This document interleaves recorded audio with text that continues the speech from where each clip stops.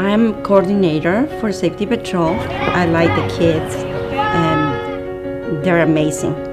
They're very good listeners, and that's what I love.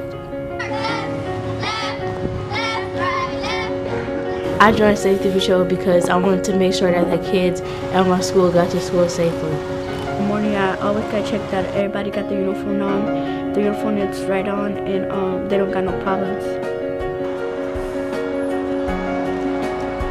More importantly is the leadership that it gives to the children, how they learn, how that even though they're a small 4th or 5th grader, they can make a difference in their community. They can make their community safer.